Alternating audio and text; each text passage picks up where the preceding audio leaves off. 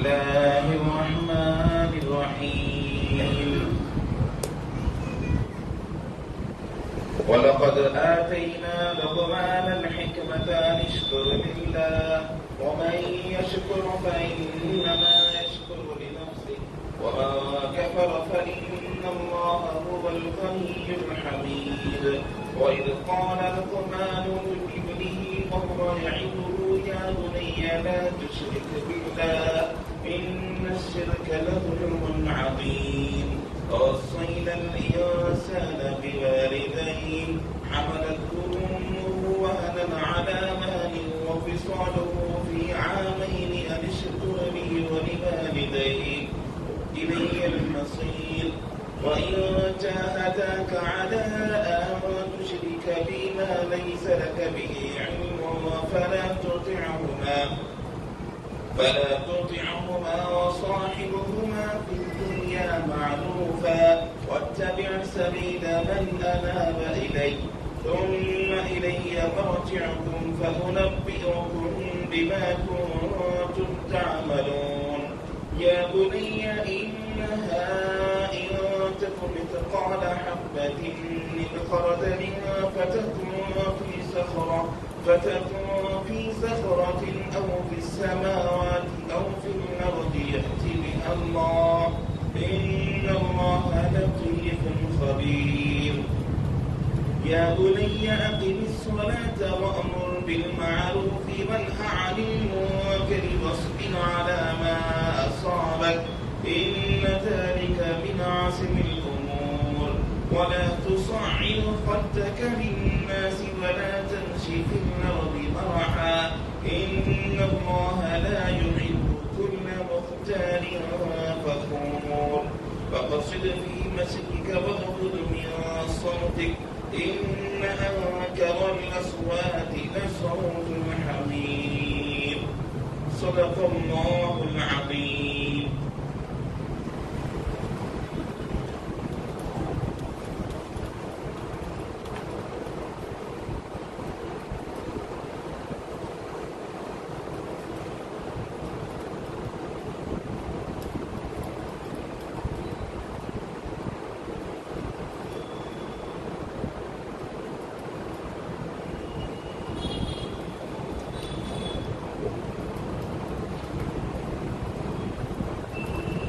السلام علیکم ورحمۃ اللہ ان اللہ وملائکته یصلون علی النبی یا ایھا الذین آمنوا صلوا علیہ وسلموا تسلیما اللهم صل علی سیدنا محمد وعلى آلہ وصحبہ وبارک وسلم والصلاۃ والسلام علیک یا رسول اللہ صلی اللہ تعالی علیہ وصحبہ وسلم.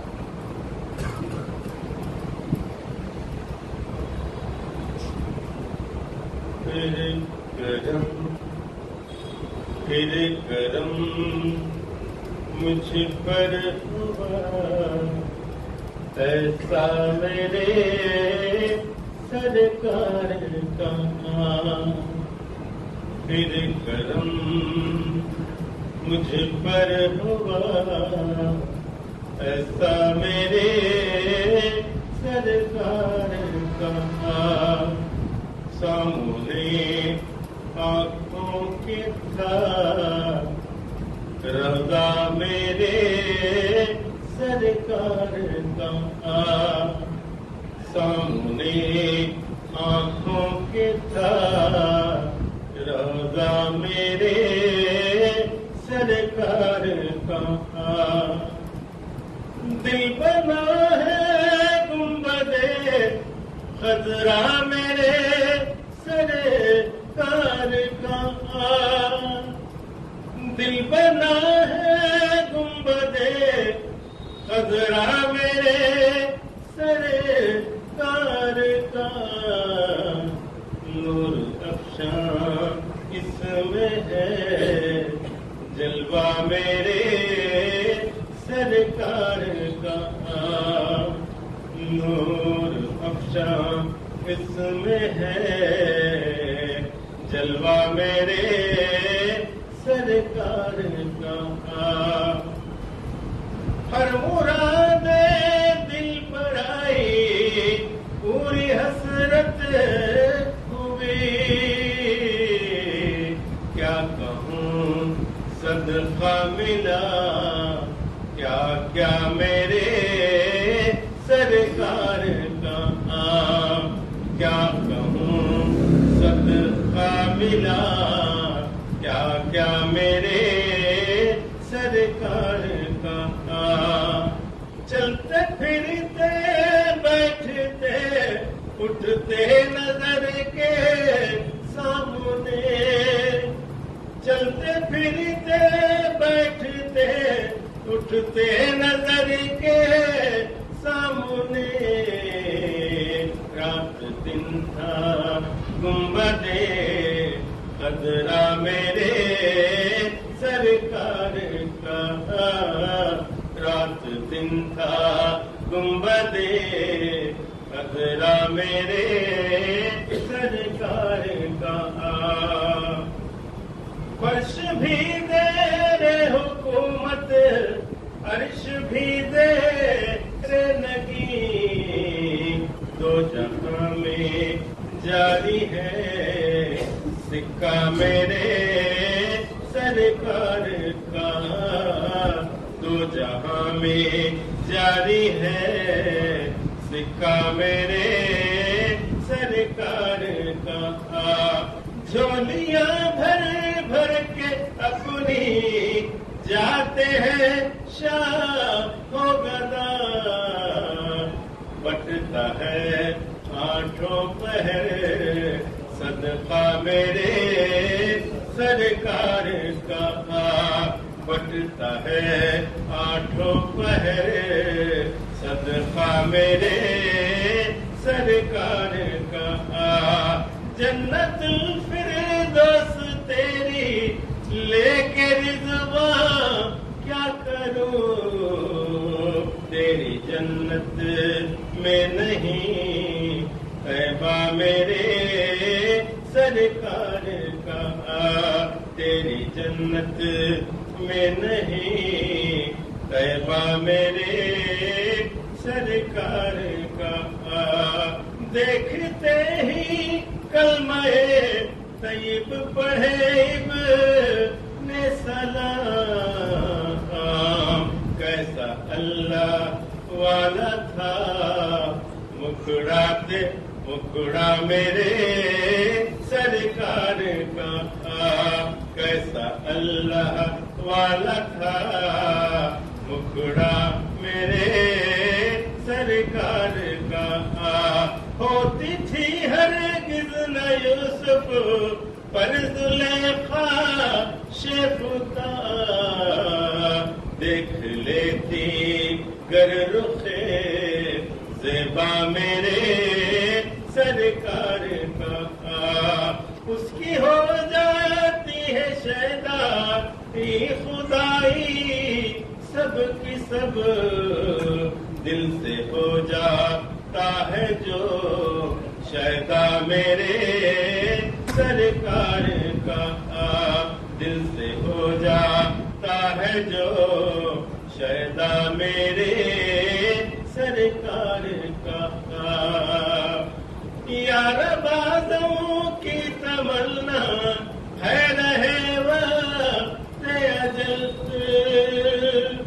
یار بازوں کی تمنا ہے رہے وقت اجل، لب پہ کلمہ آنکھ میں جلوہ میرے سرکار کا، لب پہ کلمہ آنکھ میں جلوہ میرے سرکار کا، پھر کرم مجھ پر ہوا ایسا میرے سرکار کا، سامنے آنکھوں کے تھا روضہ میرے سرکار کا۔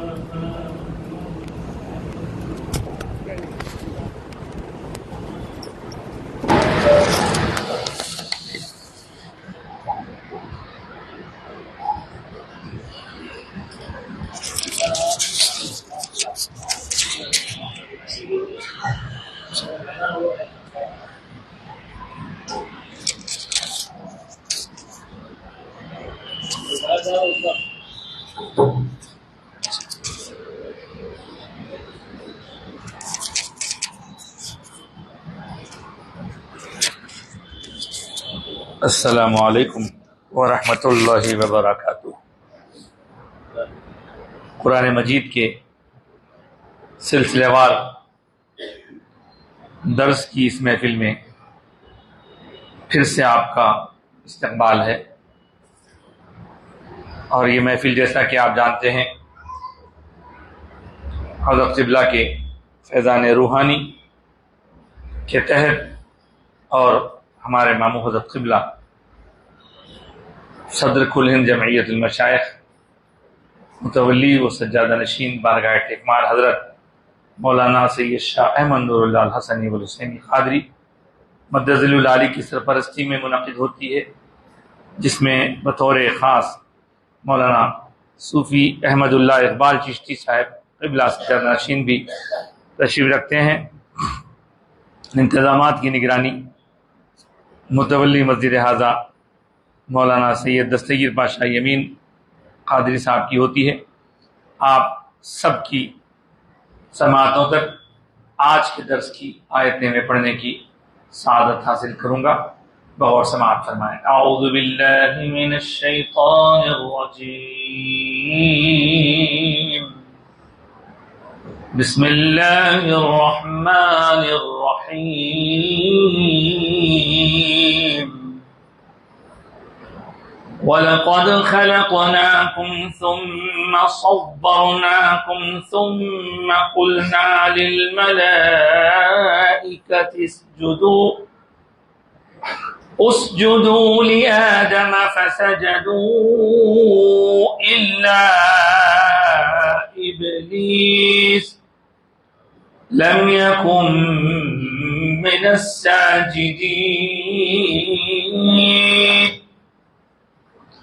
قال ما منعك ألا تسجد إذ أمرتك قال أنا خير منه خلقتني من نار وخلقته من طين قال فاهبط منها فما يكون لك أن تتكبر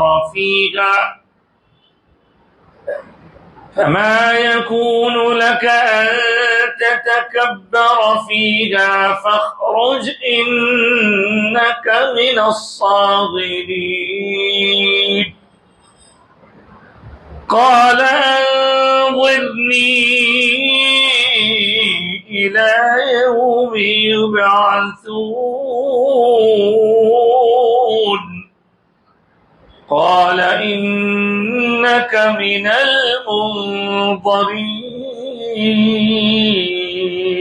المنظرين آمنت بالله صدق الله العظيم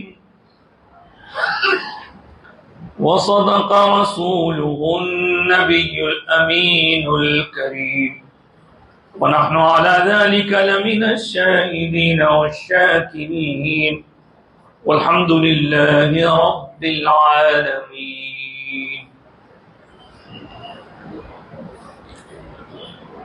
8واں پارہ، جس میں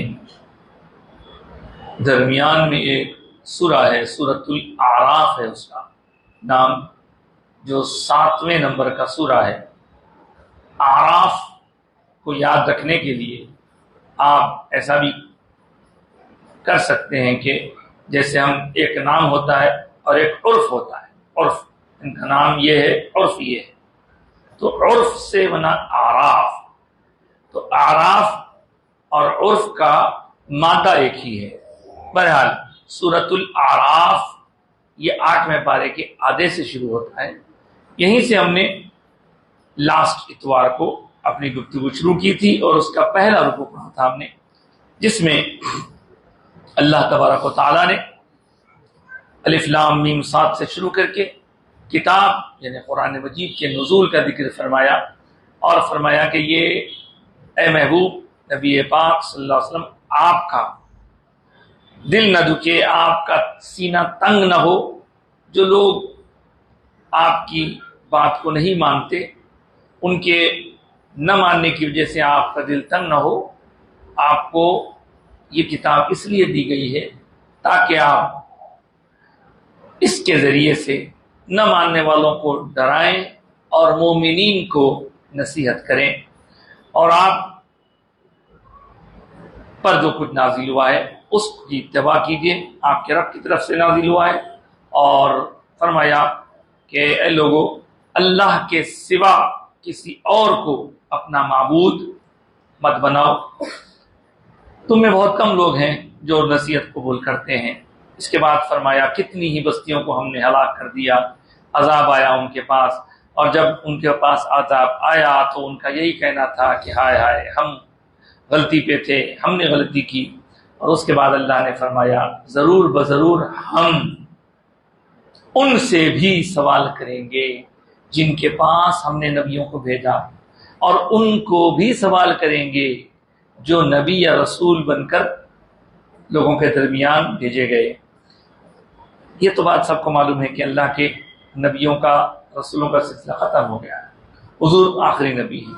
اس کے بعد فرمایا کہ ہم آپ کو ضرور بضرور وہ ساری باتیں بتائیں گے علم سے، حالانکہ ہم اس سے دور تو نہیں تھے۔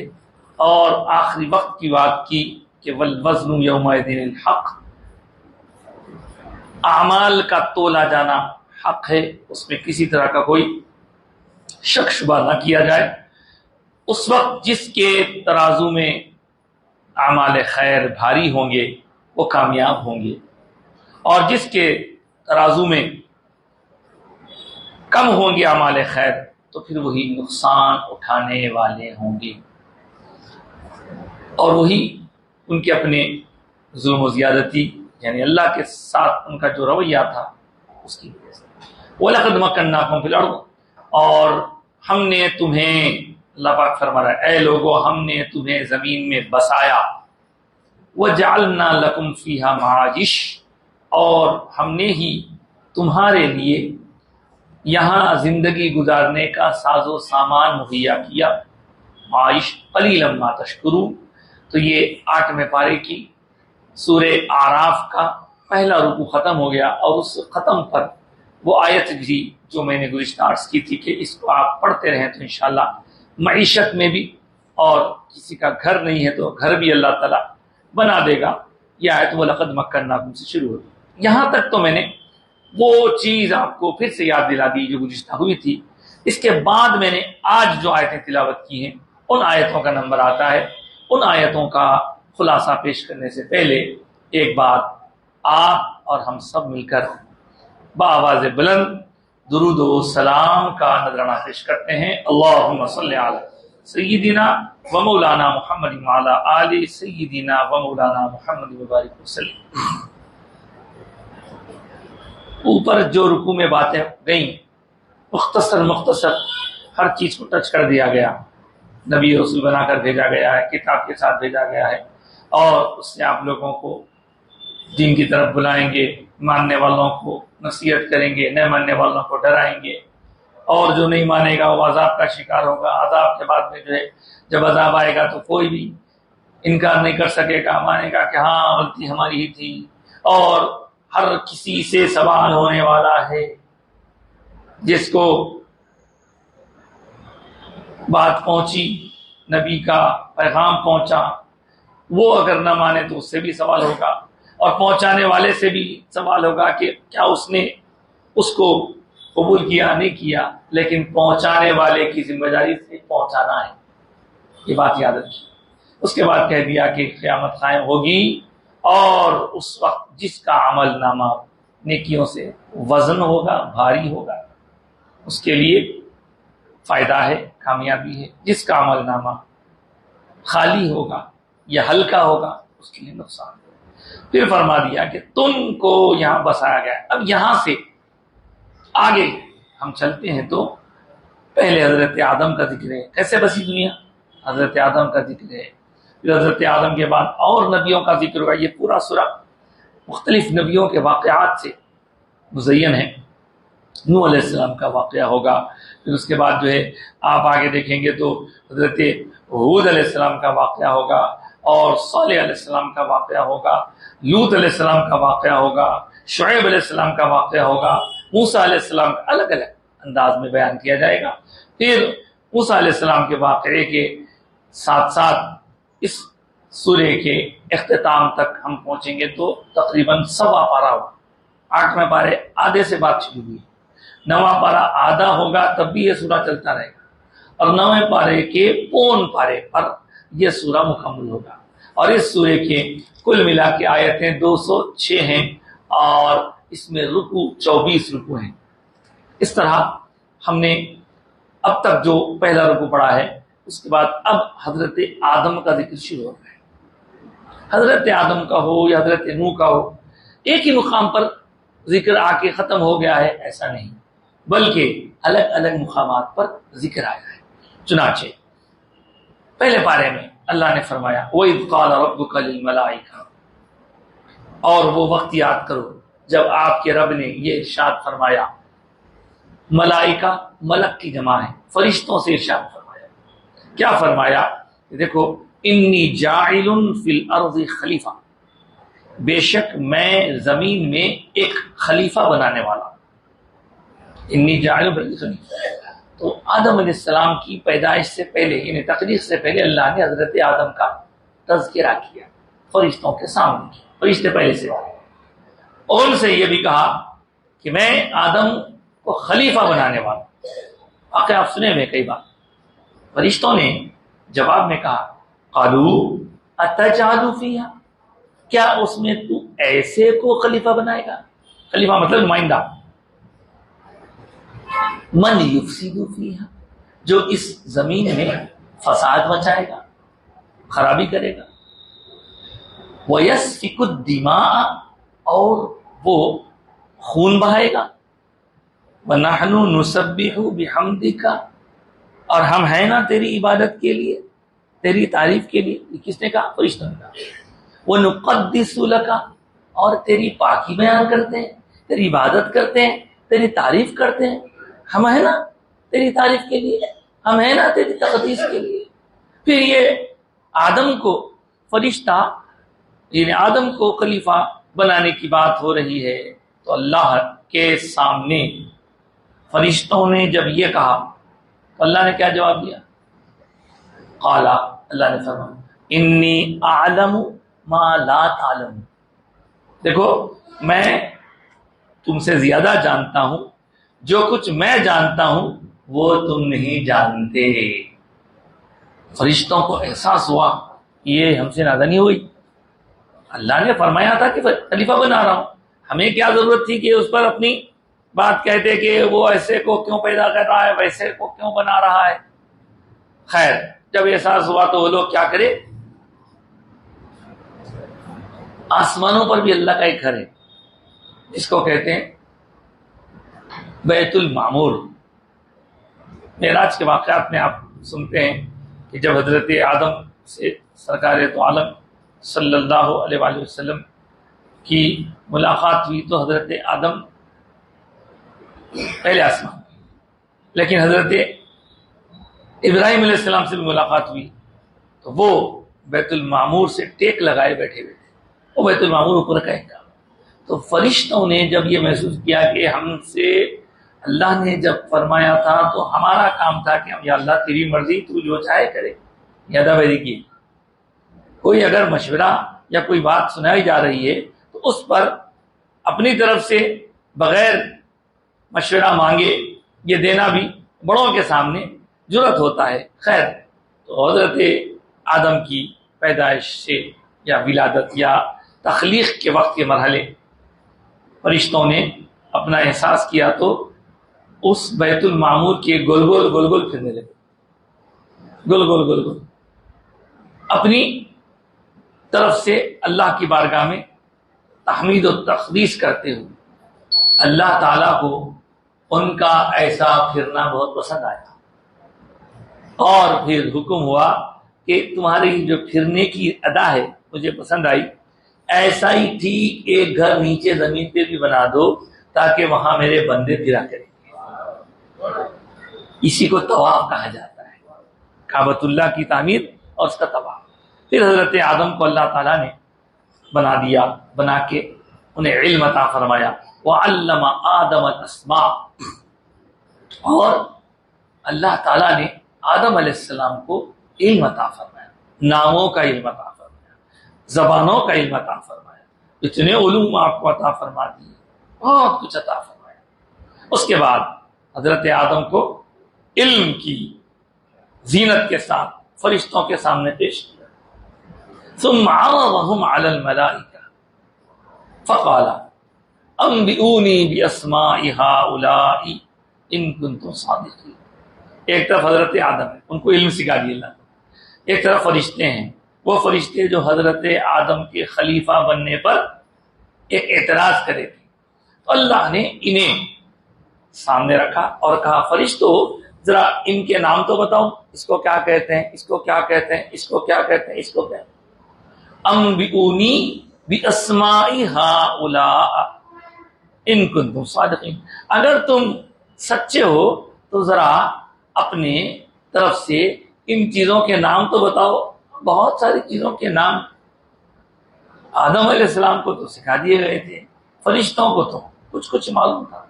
اب فرشتوں نے اپنی طرف سے اظہار معذوری کیا، معذوری مطلب ہم معذرت چاہتے ہیں، اللہ معافی چاہتے ہیں ہم لوگ، ہاں آپ یہ فرما رہے ہیں کہ ان کے بارے میں بتائیں، ہم کیا بتا سکتے ہیں مولا؟ قالو، پھر فرشتے کہنے لگے سبحانک، آپ کی ذات پاک ہے، لا علم لنا، ہمارے پاس کوئی علم نہیں ہے، الا ما علمتنا، بس آپ نے ہمیں جتنا سکھایا ہے اتنا علم جانتے ہیں، انک انت العلیم الحکیم، بے شک مولا آپ بڑے علم والے، بڑی حکمت والے ہیں، آپ کا ہر کام حکمت پر مبنی ہے۔ حضرت آدم کو آپ خلیفہ بنا رہے ہیں، مولا آپ کی مرضی ہے، یہ مطلب۔ ادھر فرشتوں کا امتحان ہو گیا، وہ امتحان میں اپنی معذوری کا اظہار کیے، پھر آدم علیہ السلام سے کہا گیا قال یا آدم، اے آدم، انبئہم باسمائہم، ان لوگوں کو ذرا ان چیزوں کے نام تو بتاؤ۔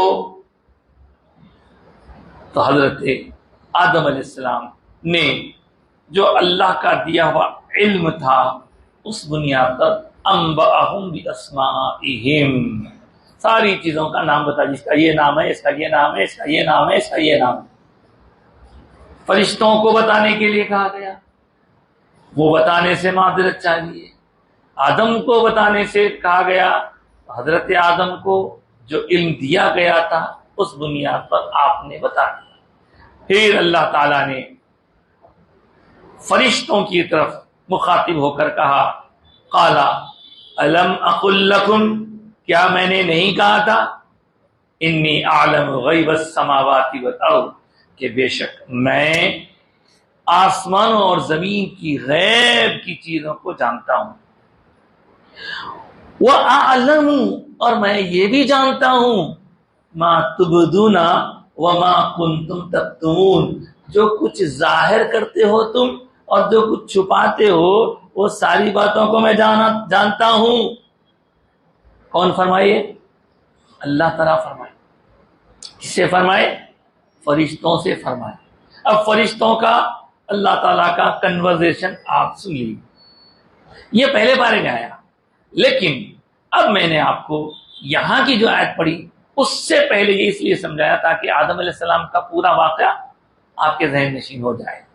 وَلَقَدْ خَلَقْنَاكُمْ، اور بے شک ہم نے تخلیق کیا، کریٹ کیا، بنایا تم کو، ثُمَّ صَبَّرْنَاكُمْ، اور پھر تم کو بہترین صورت عطا فرمائی۔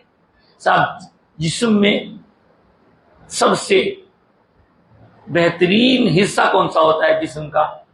تو بولے جسم کے جو اعضاء ہیں ان کو آرگنز کہتے ہیں، اور آرگنز کو اعضاء کہتے ہیں، اعضاء سے اعضاء بنا۔ تو رئیس الاعضاء کیا ہے؟ رئیس الاعضاء پورے جسم کے آرگن کا سب سے بڑا آرگن، بہترین، شاندار، یا سب کا صدر وہ ہے ہمارا سر، اور سر میں ہماری صورت. اسی لیے سب سے پہلے کسی کی نظر جاتی ہے تو چہرے پہ جاتی ہے، تو چہرہ رئیس الاعضاء ہے. جی ہاں، تو اس لیے کہتے ہیں کہ ہم نے تمہیں بہترین صورت عطا فرمائی، تم کو ہم نے بنایا اور بہترین صورت عطا فرمائی. ثم قلنا، پھر ہم نے کہا للملائکہ، ملائکہ سے کہا اسجدوا لآدم، آدم کو سجدہ کرو. دیکھیے یہ ایک حصے میں صرف یہ کہا گیا کہ ہم نے تمہیں بنایا، ہم نے تمہیں بہترین صورت دی، اور ہم نے فرشتوں سے کہا کہ آدم کو سجدہ کرو. اس میں جو حصہ مسنگ تھا، مطلب جو یہاں تفصیل نہیں تھی، میں نے وہاں سے وہ تفصیل آپ کو پیش کر دی. اب پھر وہی پوائنٹ پہ آ گئے ہم، جہاں کہتا ہے اللہ تعالیٰ قلنا للملائکۃ اسجدوا لآدم، ہم نے فرشتوں سے کہا اسجدوا لآدم، آدم کو سجدہ کرو. تو کیا ہوا؟ فسجدوا، تو سجدے میں گر گئے، سارے فرشتے سجدے میں گر گئے. الا ابلیس، سوائے ایکسپٹ ابلیس کی، ابلیس سجدہ نہیں کرا. فرشتے تو سارے اللہ کے حکم کی تعمیل میں آدم علیہ السلام کے ریسپیکٹ میں ان کے سامنے جھک گئے، سجدے تعظیمی ہے، جھک گئے، سب تو جھک گئے. لیکن شیطان، جس کا ابلیس بھی نام ہے، عزازیل بھی نام ہے، مردود بھی اس کو کہتے ہیں، تو اس نے جھکنے سے انکار کر دیا.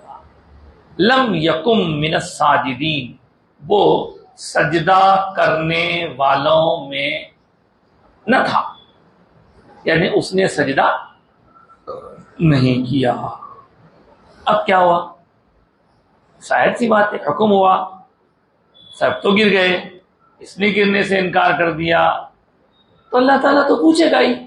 اللہ نے پوچھا اس سے، قالا، یہ اللہ کا ہے، قالا کا مطلب ہوتا ہے ہی سیڈ. اللہ نے فرمایا ما منعک اللہ تسجد، یہ مطلب کس چیز نے روکا تجھے کہ تو سجدہ کرے؟ اذ، جبکہ امرتک، تجھے میں نے حکم دیا تھا. جھکنے سے کیوں رکا؟ کس چیز کی وجہ سے تو جھکا نہیں، سجدہ نہیں کیا؟ اور جبکہ میں حکم دیا تھا، میں تو اللہ ہے نا، اللہ تعالیٰ خالق مالک سب کا پالنہار پیدا کرنے والا، میں نے حکم دیا تھا، پھر بھی تو نے سجدہ نہیں کیا. یہ کس کا اسٹیٹمنٹ ہے؟ تو یہ اسٹیٹمنٹ ہے اللہ کا. اس سے جو جھکا نہیں تھا، کون نہیں جھکا تھا؟ شیطان. اب اس کا جواب سنیے، وہ بھی اللہ تعالیٰ بیان فرمانے. قالا، کہا اس نے، انا خیر منہ، انا خیر من، میں اس سے بہتر ہوں، میں اس سے بہتر ہوں. کیوں بہتر ہوں؟ کیسے بہتر ہوں؟ اس کے ذہن میں یہ دلیل بھی ہے اس کی. سنیے، وہ کہہ رہا ہے خلقتنی من نار، میں اس لیے بہتر ہوں کیونکہ اے اللہ تو نے مجھے پیدا کیا آگ سے، وخلقتہ، اور تو نے اسے پیدا کیا، اسے یعنی حضرت آدم علیہ السلام کو پیدا کیا، من طین، مٹی سے. آگ سے مجھے پیدا کیا، مٹی سے اسے پیدا کیا. یہ اپنے طور پر اس نے سوچ لیا کہ آگ زیادہ سپیریئر ہے مٹی سے، میں آگ سے ہوں، وہ مٹی سے ہے، لہذا مٹی والا کمتر، آگ والا بہتر. میں سجدہ اس لیے نہیں کیا کیونکہ میں اس سے بہتر ہوں. اس سے بہتر ہوں، کیونکہ تو نے مجھے آگ سے، اس کو مٹی سے پیدا کیا۔ یہ دنیا کا سب سے پہلا جو گناہ ہے وہ غرور ہے، تکبر ہے، خود پسندی ہے، اپنی بڑائی ہے۔ اسے حکم دیا گیا تھا بس وہ جھک جاتا، لیکن وہ نہیں جھکا۔ قال انا خیر منہ، کہنے لگا میں بہتر ہوں ان سے، خلقتنی۔ تو یہ جو اس نے غرور کیا، کس وجہ سے کیا؟ کس وجہ سے کیا؟ اس کی تفصیل بھی جان لیجئے۔ بتایا جاتا ہے کہ جب اللہ کی طرف سے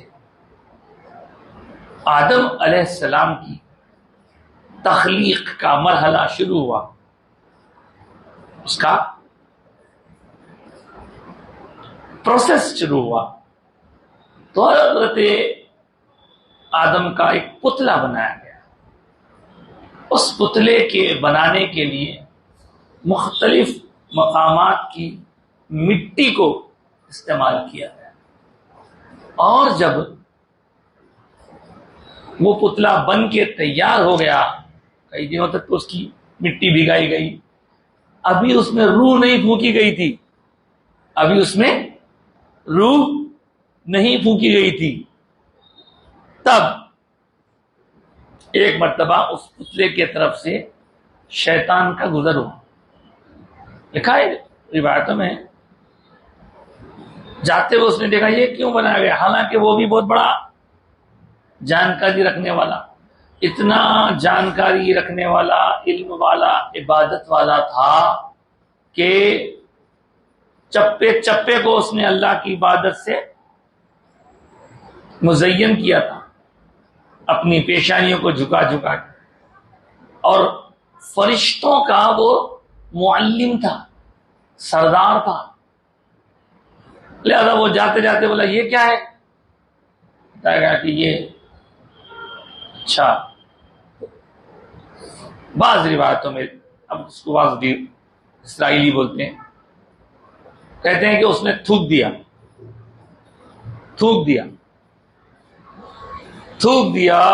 احانت کرنے کے لیے۔ یہ تھوکنے کا جذبہ کیوں پیدا ہوا اس کے اندر؟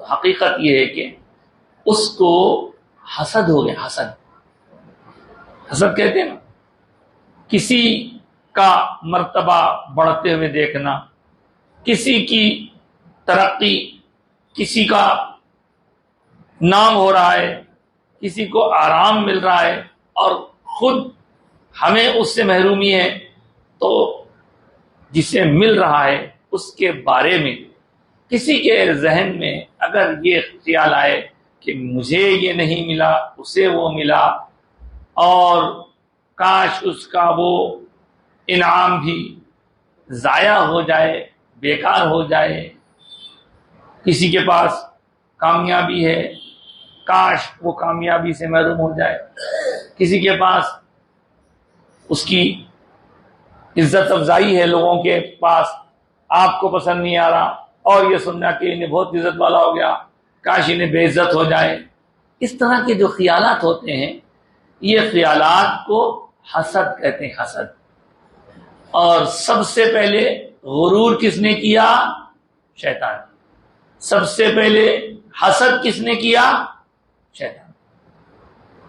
شیطان صاحب کوئی کارنامہ ہی، غرور بھی کیا، حسد بھی کیا، نافرمانی کیا اللہ کے احکام کی، شیطان۔ اس لیے یہ کاموں سے اپنے آپ کو بچائے رکھنا۔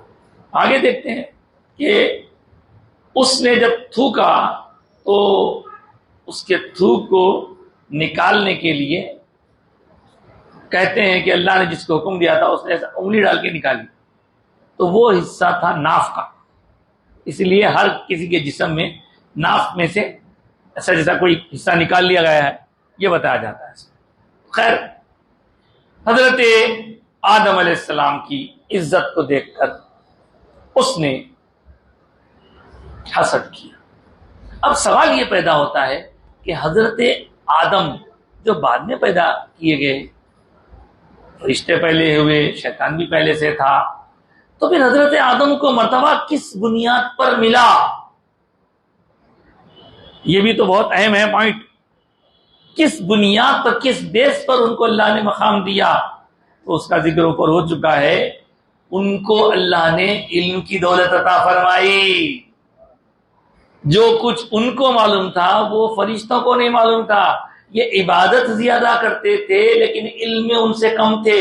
اسی سے بات ظاہر ہو گئی کہ جو علم والے ہوتے ہیں، علم نافع اگر ان کے پاس ہے تو بے شک وہ چھوٹے بھی ہوں تو ان کا مرتبہ بڑا ہوتا ہے. یہی وجہ ہے کبھی کبھی کم عمر حافظ صاحب دکھتے ہیں تو بڑی عمر والے بھی ان کا اکرام کرتے ہیں، ان کو محبت سے پیش آتے ہیں. پوچھئے کیوں؟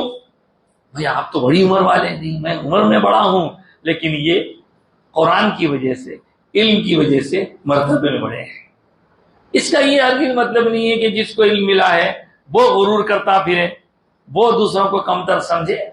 یہ ان کا معاملہ ہے، ان کو چاہیے کہ وہ دوسروں کا اکرام کیا کرے.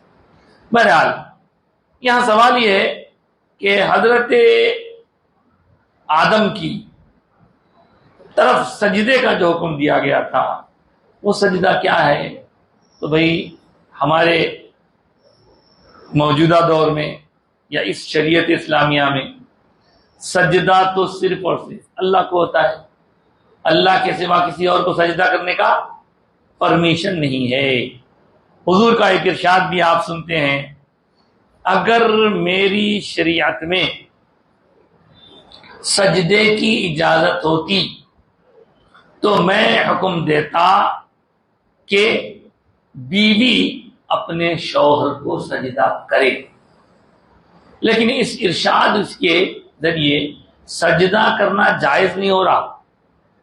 اگر ہوتا تو فرمائیں، اگر ہوتا تو میں حکم دیتا، مگر نہیں ہے میری شریعت میں کسی کو اللہ کے سوا کسی کو سجدہ کرنا جائز ہی نہیں ہے، جائز ہی نہیں ہے. ہاں اس سے یہ تو سمجھ میں آتا ہے کہ مرتبہ شوہر کا بیوی کے مقابلے میں زیادہ ہے. اور پھر اب یہ سن لینے کے بعد آپ سوچیں گے کہ صاحب جو ذکر یہ سجدے کا ہوا تھا یہ کون سا سجدہ ہے؟ تو سجدے کی الگ الگ قسمیں ہیں. ان قسموں میں ایک سجدہ ہوتا ہے عبادت کا.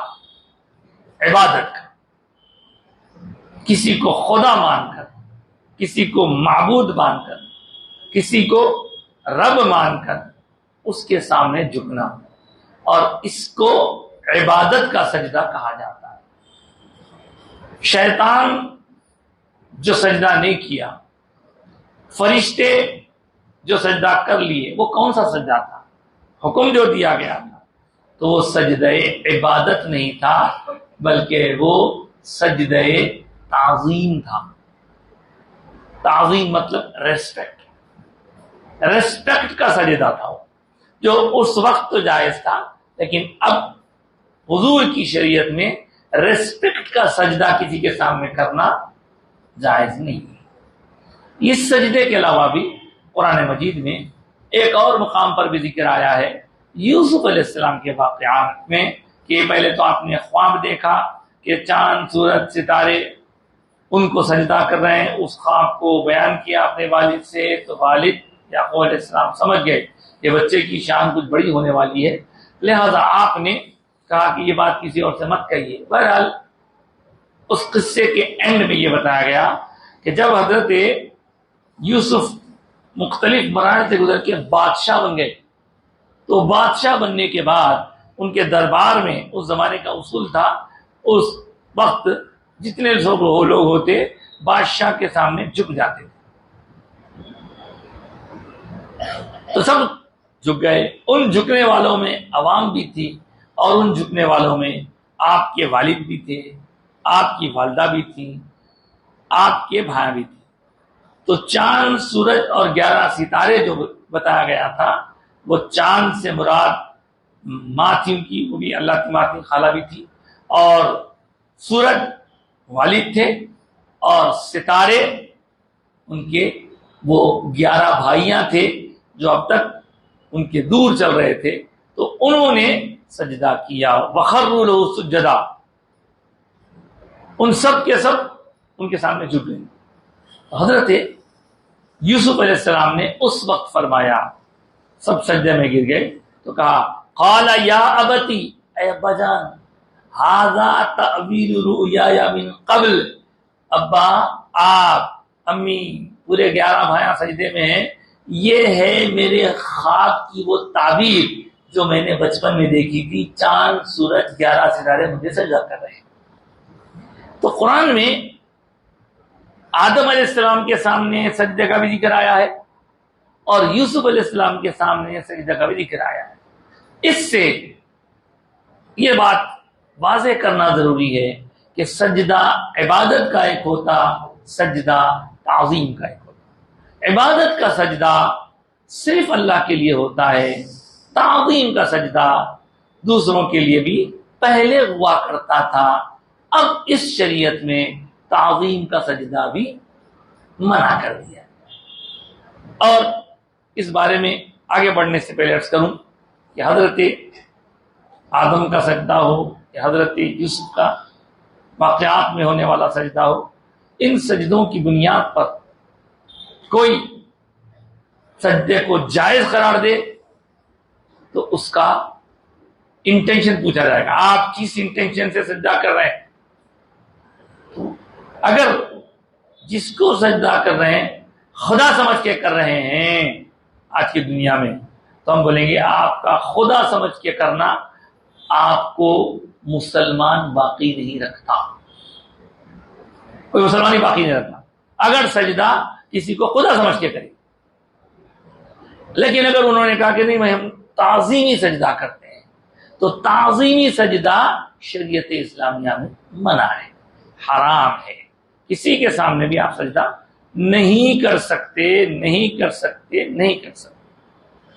ان تمام باتوں کے علاوہ حضور کا ایک واقعہ آپ کے سامنے میں سنانا چاہوں گا کہ ایک طرف تو یہ کہ کوئی اگر اس کو نرم کر کے کرنا چاہے وہ بھی معلوم ہوگا، دوسری طرف سجدہ ہوتا کیا ہے جس میں پیشانی، ناک، دونوں ہاتھ، دونوں گھٹنے اور دونوں پنجے یہ سب جھک جائیں، 8 اعضاء جھک جائیں، وہ سجدہ ہوتا ہے۔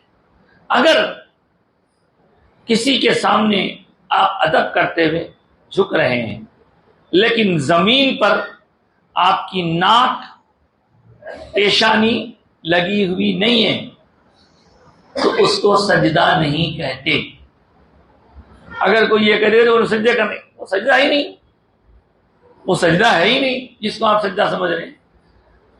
کسی کے سامنے جھک جانا، خالی صرف جھک جانا، وہ سجدہ نہیں ہوتا۔ چنانچہ حضور اکرم صلی اللہ علیہ وآلہ وسلم کے بارے میں ایک مشہور روایت ہے کہ ایک مرتبہ حضور کی بارگاہ میں کچھ لوگ حاضر ہوئے اور انہوں نے معجزہ طلب کیا، جس پر شواہد النبوہ میں حضرت شاہ عبداللہ محدث دہلوی رحمۃ اللہ تعالیٰ علیہ نے بھی اس کو لکھا ہے۔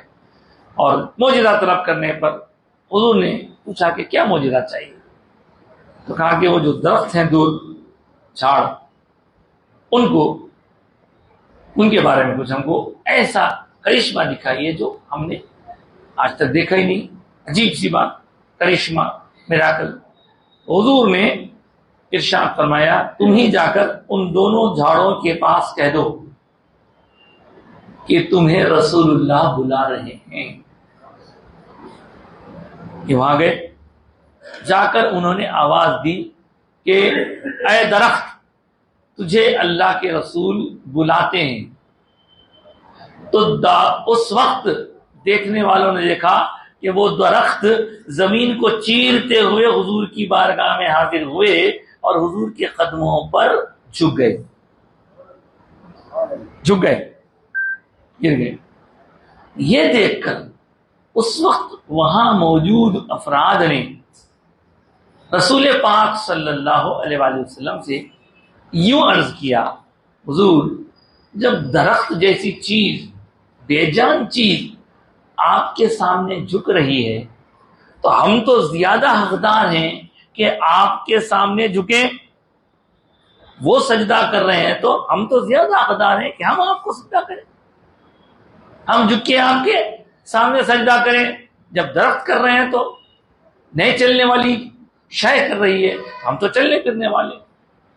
تب سرکار نے یہی ارشاد فرمایا کہ میری شریعت میں سجدہ کرنا، اللہ کے سوا کسی اور کو سجدہ کرنا جائز نہیں ہے.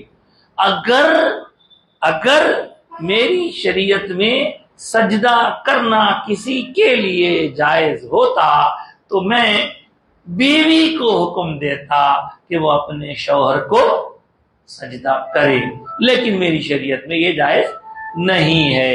اس سے یہ معلوم ہو گیا. اس کے بعد کیا ہوا؟ اس کے سلسلے میں سرکار سے صحابہ کرام نے عرض کیا، اس وقت موجود افراد نے عرض کیا، صحابہ بھی تھے اور وہ یہودی بھی تھے، اچھا اگر آپ نے ہمیں سجدہ کرنے سے منع فرما دیا ہے تو کم سے کم اتنا تو اجازت عنایت فرمائیں کہ ہم آپ کے خدموں کو چوم لیں. سنیے، بہت اہم بات عرض کر رہا ہوں، بات سجدے کی نکلی تھی، لیکن ہم قدموں کو چوم لیں. اس کے بارے میں آیا کہ حضور اکرم صلی اللہ علیہ وآلہ وسلم نے انہیں اجازت دی اور انہوں نے حضور کے قدموں کو اپنے ہونٹوں سے چوما. سبحان اللہ. یہ ایک واقعہ نہیں ہے، ایسے بہت سارے واقعات ہیں جس میں قدموں کو سرکار کے چومنے کا تذکرہ آیا ہے. یہی نہیں، امام بخاری کی مشہور کتاب ہے الادب المفرد، للبخاری کہتے ہیں، مشہور کتاب ہے، آداب سکھائے ہیں. اس میں بھی انہوں نے حضرت علی رضی اللہ تعالیٰ عنہ اور حضرت عباس، کون ہے صاحب حضرت علی حضرت عباس؟ حضرت علی سرکار کے چچا زاد بھائی ہیں، حضرت عباس سرکار کے چاچا ہیں. تو حضرت علی کے کیا ہوئے؟ حضرت علی کے بھی چاچا ہیں. تو دونوں کے درمیان کچھ بات ہو رہی تھی، تو اس بات کے دوران حضرت علی رضی اللہ تعالیٰ عنہ اپنے چاچا کو مناتے مناتے کہہ رہے تھے، چاچا مان جائیے نا، مان جائیے نا. تو اس وقت اس روایت میں آیا ہے کہ اس وقت حضرت علی اپنے چاچا کے ہاتھوں کو بھی چوم رہے تھے، پیروں کو بھی چوم رہے تھے. اسی طرح کی اور روایات ہم کو ملتی ہیں جس سے قدموں کو چومنے کا جواز ملتا ہے. اس کا یہ ہرگز مطلب نہیں کہ ہم آپ کو حکم دے رہے ہیں کہ قدم چومتے جائیں، قدم چومتے جائیں، بلکہ اس کا مقصد یہ ہے کہ جو لوگ قدم چومنے والوں کو کافر، مشرک یا اور کچھ کہتے ہیں، وہ رک جائیں کہ ان کا وہ عمل خلاف شریعت نہیں ہے، کرنے کا حکم نہیں دیا جا رہا ہے. کبھی کوئی فرد مسرت میں چوم لیتا ہے. ابھی حال ہی کی بات ہے، تھوڑے دن پہلے کی بات ہے کہ ایک کلپ آئی تھی. وہ کلپ میں ایک شخص ہے جو عرب ہے، جو اپنی ماں کے پیروں کو چوم رہا ہے. تو مجھے بتائیے، ماں کے پیروں کو چومنے کے لیے، والد کے یا کسی بڑے کے پیروں کو چومنے کے لیے جھکنا تو پڑے گا ہی. ایسا تو نہیں ہو سکتا کہ میں جھکوں گا نہیں، لہذا آپ ادھر ٹیبل پہ ٹھہر جائیں، میں ٹھہرے ٹھہرے چوموں گا. ایسا میں بھی ٹھہرے رہا ہوں اور اس کے ساتھ ساتھ آپ کو بھی، آپ کے قدموں کو چومنے کا بھی مجھے موقع مل جائے، ایسا تو نہیں ہو سکتا.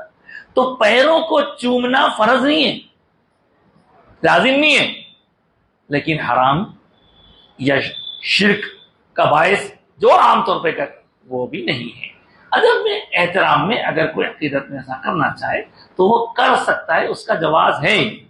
اسی لیے اہل طریقت کے پاس قدم بوسی، پیروں کو ہاتھ لگانے کا طریقہ ہے، ٹھیک ہے، کرتے ہیں، کوئی بات نہیں، نہیں کرتے کوئی بات نہیں. لیکن اس بنیاد پر وہ بندے کو کافر یا مشرک یا فلاں فلاں کہہ دینا، یہ چیز اسلامی تعلیمات کے خلاف. ایک اور بات بھی یاد آئی اسی تناظر میں. ایک بار حضور اکرم صلی اللہ علیہ وسلم کی خدمت میں ایک شخص حاضر ہوا، عرض کیا، سرکار میں نے یہ تمنا کی تھی کہ فلاں کام ہو جائے گا تو جا کر کے کعبۃ اللہ کی چوکھٹ کو چوموں گا، کعبے کی چوکھٹ کو چوموں گا. اب وہ کام تو ہو گیا ہے لیکن وہاں جانے کے حالات نہیں ہیں، میں اپنی منت کیسے پوری کروں؟ تب رسول پاک صلی اللہ علیہ وآلہ وسلم نے اس سے پوچھا کہ کیا تمہاری والدہ سلامت ہے؟ کہا ہے. جاؤ اپنی ماں کے قدموں کو چوم لو، تمہاری منت پوری ہو جائے گی. تو قدم کو چومنا کوئی بری بات نہیں ہے. انٹینشن کیا ہے آپ کا؟ ادب میں ہے، احترام میں ہے، تعظیم میں. یہیں سے ایک بات اور عرض کر دیتا ہوں. دیکھیے میں یہ نہیں کہہ رہا ہوں کہ جا کے ہر کوئی اپنی ماں کے قدموں کو چومو، ہر کوئی اپنے پیر کے قدموں کو چومو، نہیں، ضروری نہیں ہے، فرض نہیں ہے. اگر کوئی فرط عقیدت میں، فرط محبت میں چومتا ہے تو ٹھیک ہے، وہ اس لائق ہے، ویسی شخصیت ہے، ویسے ولی کامل ہے، وہ ان کا مقام مرتبہ ہے، تو بالکل کر سکتے. ہم ہمارے اساتذہ کے پیر چومتے ہیں. ہم نے اپنے اساتذہ کو دیکھا ہے وہ اپنے بڑوں کے پیر پڑتے ہیں. کیوں؟ ان کا مقام، استاد کا مقام تو بڑا ہوتا ہے. تو اس طرح ایک اور بات یہاں کہتے ہوئے سجدے کے ٹاپک کو ختم کرتا ہوں. یہ تو تسلسل چلے گا، حضرت آدم کا قصہ تو بھی اور چلے گا آگے. ایک اور بات یہ ہے کہ بہت سارے افراد قبروں پر جایا کرتے ہیں، قبروں پہ جا کے بھی چومتے ہیں. اس کے بارے میں بہت سے ہمارے بھائیوں کا یہ خیال ہے کہ یہ قبروں پہ جا کے سجدے کرنے لگا. دیکھیے خبر وہاں ہے.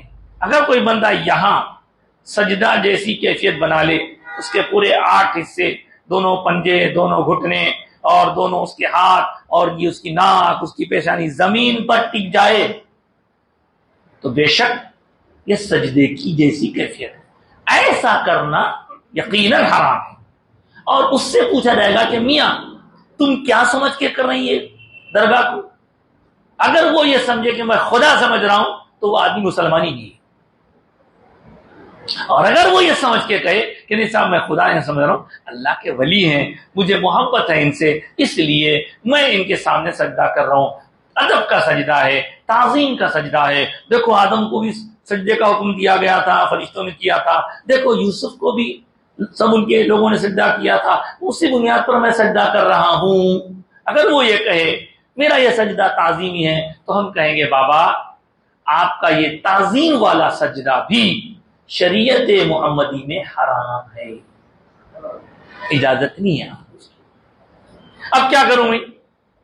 ہاں میں نے کہا نا قبر کے پاس پیچھے ٹھہر کے پورے چیزاں لگا کے آپ جھک رہے ہیں تو غلط. لیکن اگر آپ 8 حصے نہیں لگا رہے ہیں، گھٹنا ٹیکے ہیں اور منہ سے قبر کو چوم رہے ہیں، اس کی گنجائش نہیں کر سکتی ہے.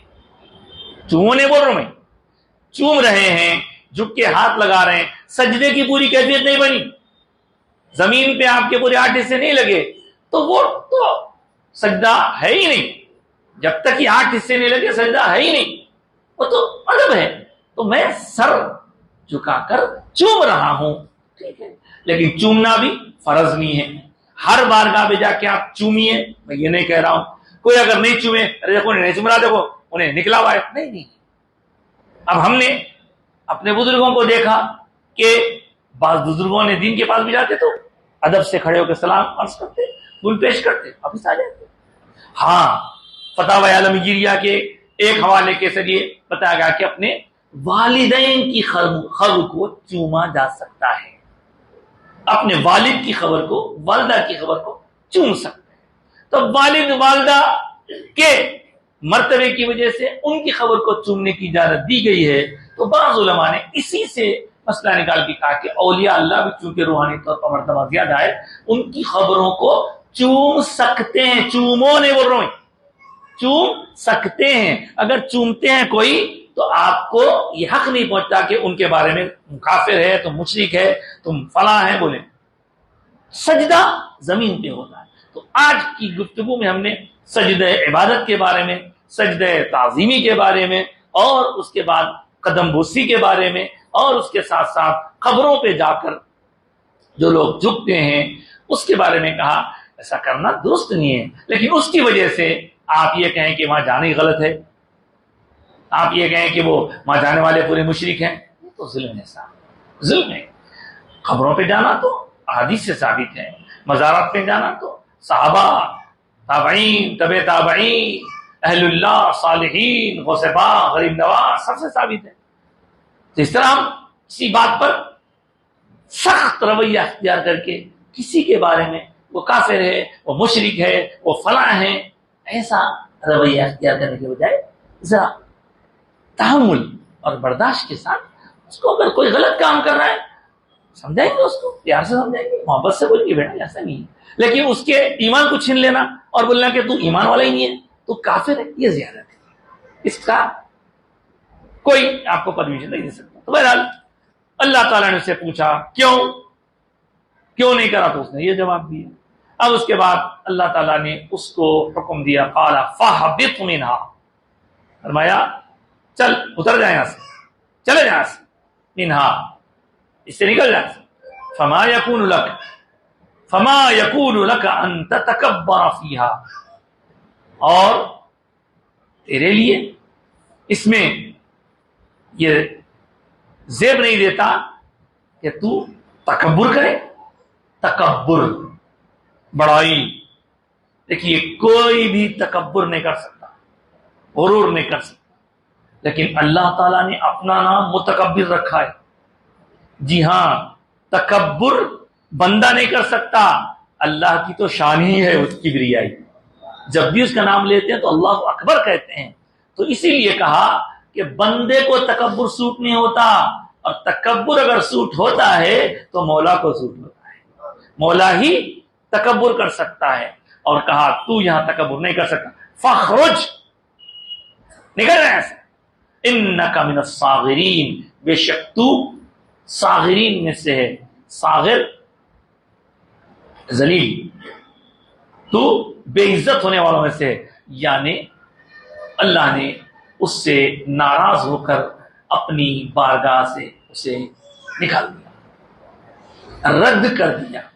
رد کر دینا مطلب ریجیکٹ کر دینا، اور جس کو ریجیکٹ کر دیا جاتا ہے اسے مردود بولتے ہیں. مردود، رد سے مردود بنا. اور جو مردود ہوتا ہے اس کو ایک اور لفظ سے رجیم سے بھی بولا جاتا ہے. اسی لیے جب ہم قرآن مجید پڑھنے سے پہلے اللہ کا کلام ہم کو حکم دیتا ہے کہ جب تم قرآن پڑھنا چاہو فاستعذ باللہ من الشیطان الرجیم، پناہ مانگو اللہ کی شیطان رجیم کے شر سے بچنے کے لیے. رجیم کیا ہے؟ رجیم دھتکارا ہوا، بارگاہ سے نکالا ہوا، راندہ بارگاہ، ریجیکٹڈ، آؤٹ کاسٹ، جس کو بارگاہ سے ناراض ہو کر نکال دیا گیا ہے. انک من الصاغرین. تو پھر اس کیا ہوا؟ اس نے کہا قال انظرنی، نکال دیا اللہ تعالیٰ، بارگاہ سے نکال دی. اب یہ کیوں نکلا؟ تو آپ بولیں گے سجدہ نہیں کرا. کیوں نہیں کرا؟ غرور کرا. کیوں غرور کرا؟ یہ سب تفصیل ہے. اس کے ساتھ ساتھ اہل حق نے یہ بھی فرمایا کہ اس نے ایک نبی کا ادب نہیں کیا، نبی کی تعظیم نہیں کیا، اور اپنے آپ کو خدا سے بڑا سمجھا، اللہ سے زیادہ سمجھدار سمجھ رہا ہے. اللہ نے جب حکم دیا ہے تو کام تو اس میں کر لیتا. اللہ نہیں، میں تو اللہ تعالیٰ کو نہیں معلوم کون بہتر ہے کون نہ بہتر ہے. اور اگر بہتر یہ ہے اور وہ بہتر نہیں ہے تو سجدے کا حکم دے رہے تو اللہ تعالیٰ کیا غلط حکم دے رہے تھے؟ تو اس طرح اس نے کفر بھی کیا، نافرمانی بھی کی. اور اہل طریقت کہتے ہیں کہ سرکار دو عالم صلی اللہ علیہ وآلہ وسلم کے نور کو اللہ نے پیدا کر دیا تھا. وہ نور پیشانی آدم میں جلوگر تھا، اور وہ سجدہ نور کو تھا یا کہ تھا مٹی کے پتلے کو. سمجھنے والے سمجھے، بے خبر اب تک کے غلطاں ہیں. یہ بتایا کہ وہ سجدہ تعظیم کا دراصل نور مصطفی کو تھا. اور ہمارے استاد محترم حضرت صدر الشیوخ علامہ سید طاہر رضوی رحمہ اللہ تعالی اکثر فرمایا کرتے تھے کہ آدم کو دیکھا، آدم میں نہیں دیکھا. آدم کو دیکھا، آدم میں نہیں دیکھا، آدم کو دیکھ کر چکر میں آ گیا، آدم میں دیکھتا تو نور مصطفی کو پہچان لیتا، تو جھک جاتا تو بارگاہ سے نکالا نہ جاتا۔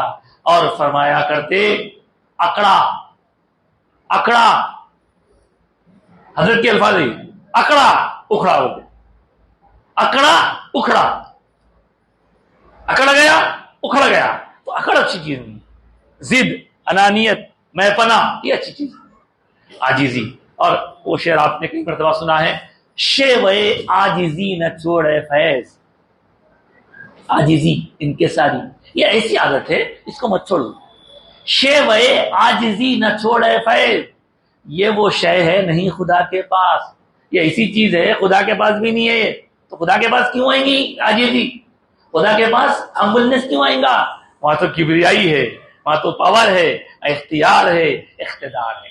تو پھر شیطان کو بارگاہ سے نکال دیا گیا۔ پھر کیا ہوا آگے سنیں گے انشاءاللہ، آنے والی آیتوں میں ہم سماعت کریں گے۔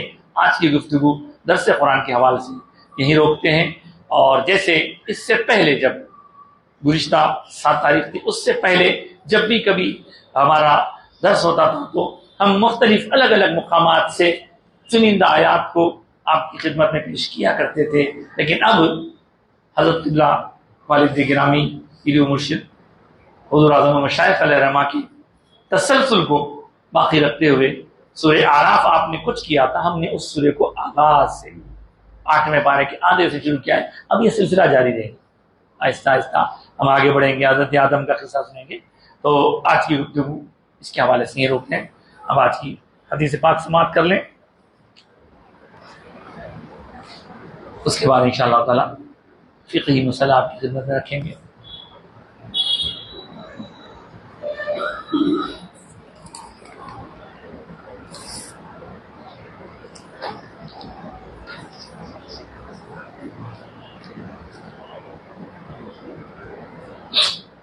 عن ابی ہریرہ رضی اللہ تعالی عنہ ان النبی صلی اللہ علیہ وسلم قال ما من يوم يصبح العباد فيه الا ملكان ينزلان فيقول احدهما اللهم اعط منفقا خلقا ويقول الاخر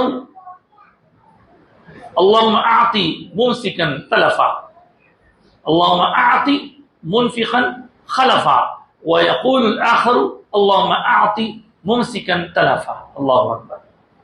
بخاری شریف کی روایت ہے کہ حضرت ابو ہریرہ رضی اللہ تعالیٰ عنہ اس کے راوی ہیں، کہتے ہیں کہ نبی پاک صلی اللہ علیہ وآلہ وسلم نے ارشاد فرمایا کہ کوئی دن ایسا نہیں گزرتا جب کہ بندے صبح کو اٹھتے ہیں تو 2 فرشتے آسمان سے نہ اترتے ہوں، یعنی ہر دن آسمان سے 2 فرشتے نازل ہوتے ہیں۔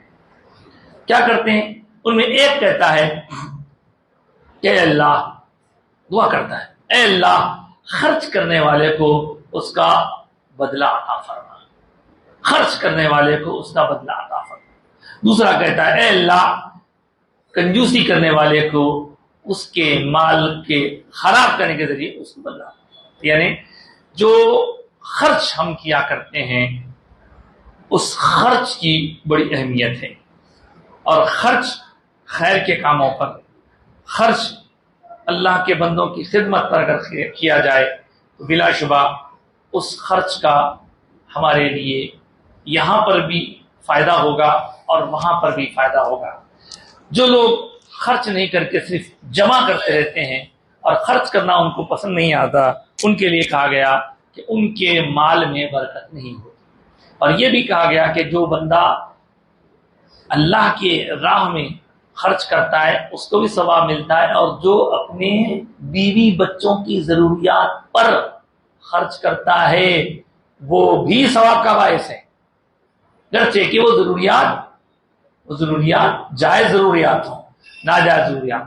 اور پھر خرچ کر کے بندوں کو کھلانا پلانا، یہ ایک ایسا عمل ہے صاحب کہ جس میں ہم سمجھتے ہیں کہ بھئی ہم کھلائیں گے تو ہمارے پاس کے پیسے خرچ ہو جائیں گے، ختم ہو جائیں گے، لیکن ایسا نہیں ہے، بلکہ ادھر سے آپ دیتے ہیں ادھر سے اللہ تعالیٰ غیب سے انتظامات فرمایا کرتے ہیں۔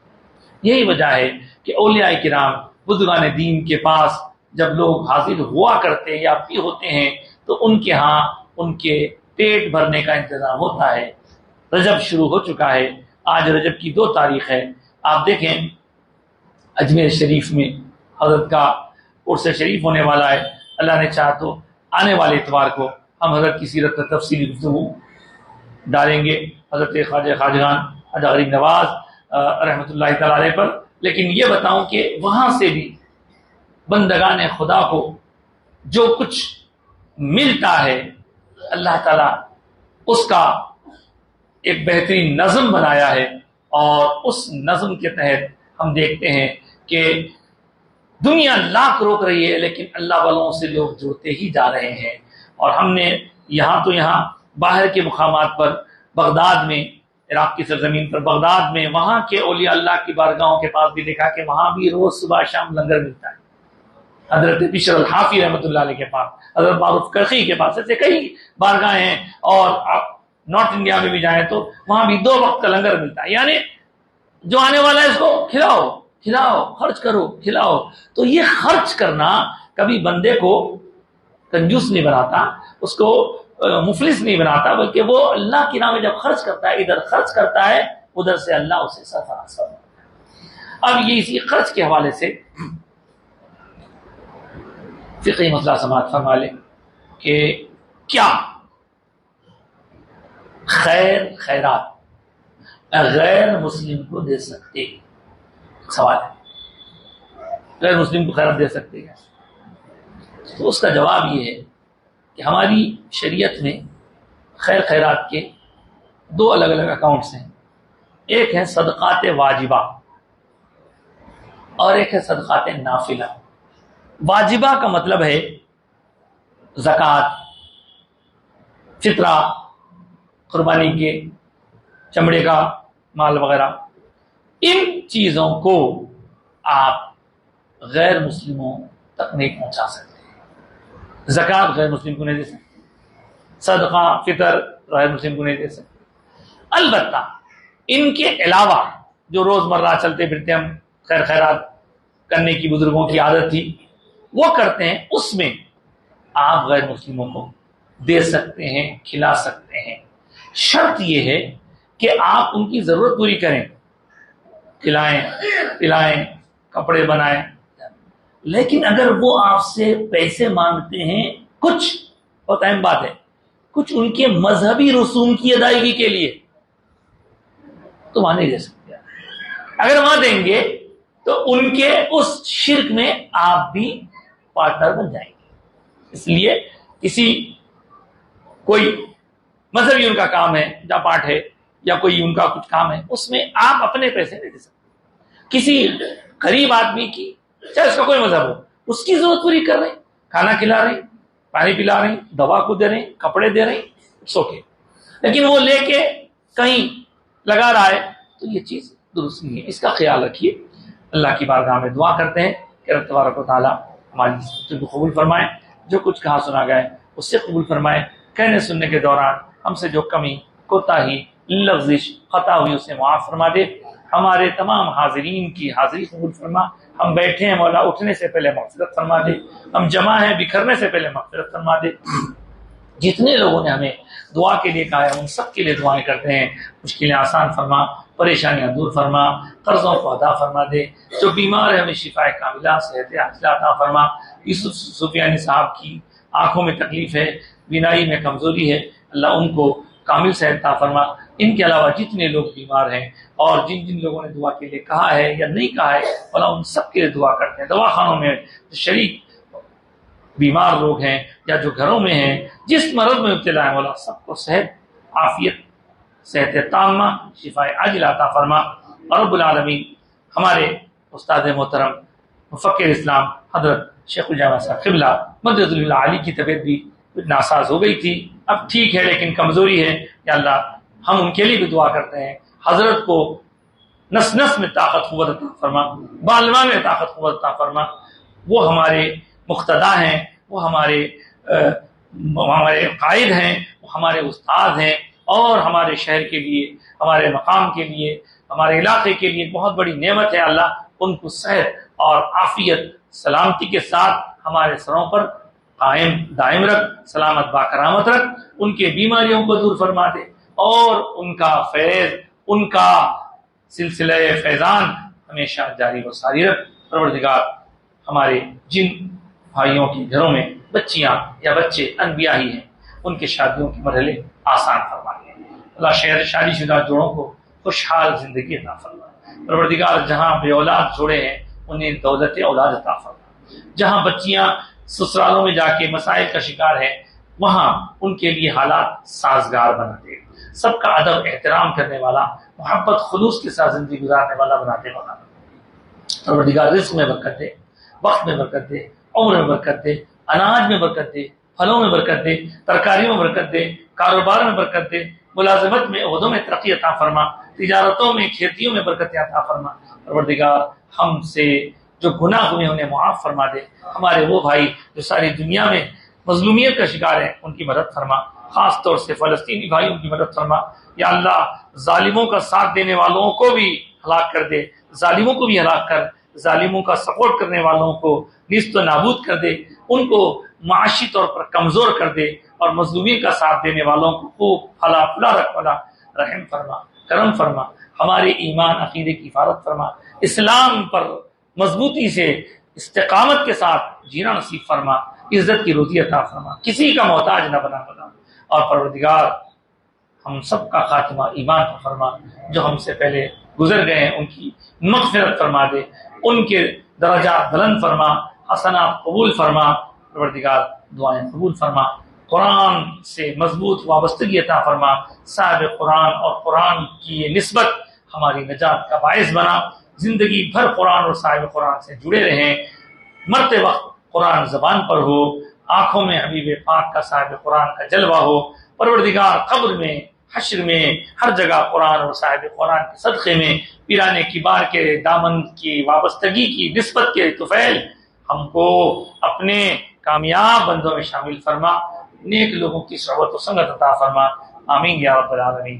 ہمارے اس مسجد کے تحت جو قبور ہیں ان میں بزرگان دین بھی آرام فرما ہے، اور ان کے خاندان کے مختلف افراد، یا اللہ ہم ان کے لیے بھی خاص طور سے دعا کرتے ہیں، ان کے قبور کو جنت کے باغ بنا دے، ان کے درجات کو بلند سے بلندتر فرما، اور ان کی اولادوں کو دین سے جڑے رہنے اور دین پر چلنے کی مضبوطی کے ساتھ قائم رہنے کی توفیق رفیق عطا فرما۔ صلی اللہ تعالی وسلم علی سیدنا و مولانا محمد وآلہ واصحابہ اجمعین برحمتک یا ارحم الراحمین، والحمد للہ رب العالمین۔